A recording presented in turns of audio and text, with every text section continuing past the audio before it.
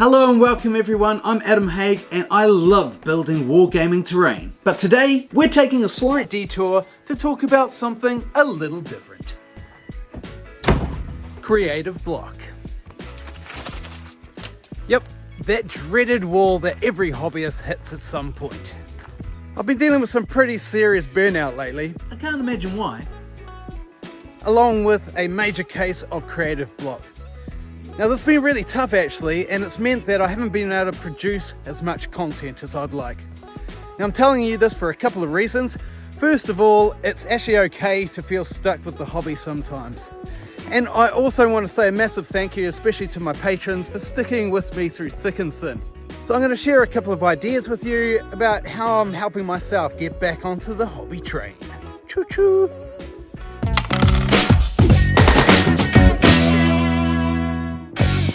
I am truly blessed to live in a country with an abundance of natural beauty, and getting out amongst it is one great way to overcome creative block.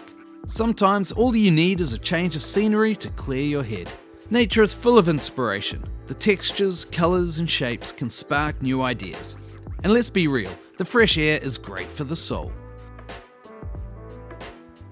Plus, you might just find some awesome materials for your next project. I mean, at 28mm, even this stick could look like a pretty convincing tree.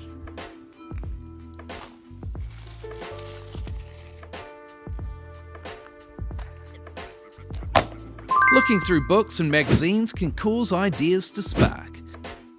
In a similar way, watching hobby videos from different creators can inspire ideas. I mean, you may as well have my videos playing in the background.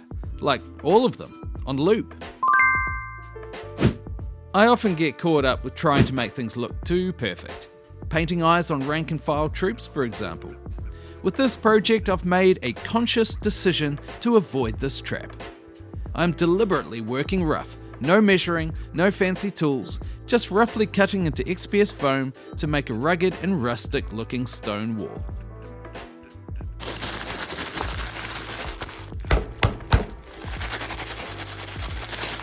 There's something fun and freeing about working in this way, and it's quick. Sure, I could 3D print a wall like this in a fraction of the time, but I find the tactile nature of carving foam to be really therapeutic and good for my mental health. Once again, I'm keeping things simple with a quick lick of paint. The airbrush is perfect for this to create some nice warm base tones before adding some variations with a standard brush. And then that oh so satisfying dry brush. Start small. Sometimes creating something simple and quick can give you that sense of accomplishment you need to break out of a rut. So I have this lovely little pile of natural materials that I picked up on my nature walk, and so let's see what I can do with it. I've basically challenged myself to make something using these materials. No planning, no big idea, just start crafting and see what happens.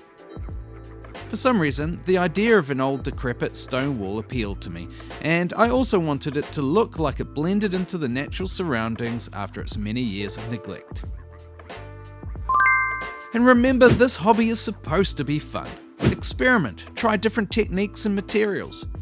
I thought it would be an interesting challenge to make a tree from the natural bits and pieces I have picked up on my walk. So I glued some lichen onto the branches of my tree to act as a base onto which I'll glue the foliage.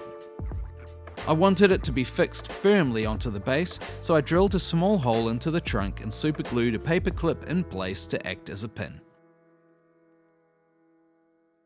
For the foliage, I decided to go all mad scientist and whiz up some leaves in a blender. It's autumn here in New Zealand, so there's plenty to use. I managed to miss the shot of me using an old can of spray adhesive to make the lichen super tacky. Unfortunately, instead of applying a fine mist of adhesive, it ended up a gloopy, stringy mess. The shredded leaves combined with the glue and lichen, creating foliage that looked far too dense and just, well, gross. So I decided to pull the mess of lichen and leaves off and start again. There are no mistakes, only lessons. So if you find something's not working for you, don't be afraid to scrap it and try another approach. Of course, the benefit of working with natural materials like this is that there's no issue of cost. Discuss your ideas with friends in your hobby community. Sometimes a fresh set of eyes and a different perspective can spark new ideas. Hey guys, what do you think so far? Could you individually cut out What even is that? those foam bricks? That looks f***ing awful. Why would you do that? Is that a bird's nest? Actually, limiting distractions is also a great idea. Turn off that phone, turn off that laptop, and let the boredom of not being constantly entertained motivate and inspire you to craft. Just so long as my videos are still playing in the background. You know, bump up the old algorithm. As you can see, I abandoned the natural materials idea and went back to good old clumped foliage. I just don't think the colours were vibrant enough for my liking. Sometimes it pays to stick with the old tried and true, but you never know unless you give things a go. I also want to share that it's important to give yourself grace. It's okay to take a break. Your mental health is important, and sometimes stepping away for a bit can actually help you come back stronger. So don't be too hard on yourself if you're not feeling it. Take your time, find your inspiration, and the creativity will come back. I was really happy with how the shredded leaves looked as ground cover. It gives the piece a real natural autumn look. Finally, to give it some character and narrative, I added a rusty old shield. I secured the tree in place with a little PVA, hid the join with another sprinkle of shredded leaves, and called it good. It feels so good to be crafting again, and the simple pleasure of completing a simple project like this is the boost I need. It has been a long time between videos because, well, my mum recently passed away. It has been really tough, and honestly there have been times where I've thought about giving up the whole YouTube thing. The reason I keep going really comes down to the amazing support that I get from the community. It means so much to me, all the lovely comments that I get, so please let me know what you think, and if you have any of your own tricks and tips for getting back into the creative flow. And lastly, once again, thank you to all my wonderful patrons. You really do inspire me to keep at it. By the end of a project, I always end up with an absolute mess in my workshop. This can be a real turn-off when it comes to starting something new, so make sure you take the time to tidy your hobby space. If you've enjoyed this video, please like and subscribe and hit the bell to catch future content.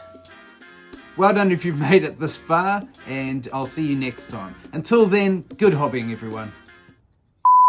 I can't remember what to say. I've just woke up, I can't remember what I was supposed to say.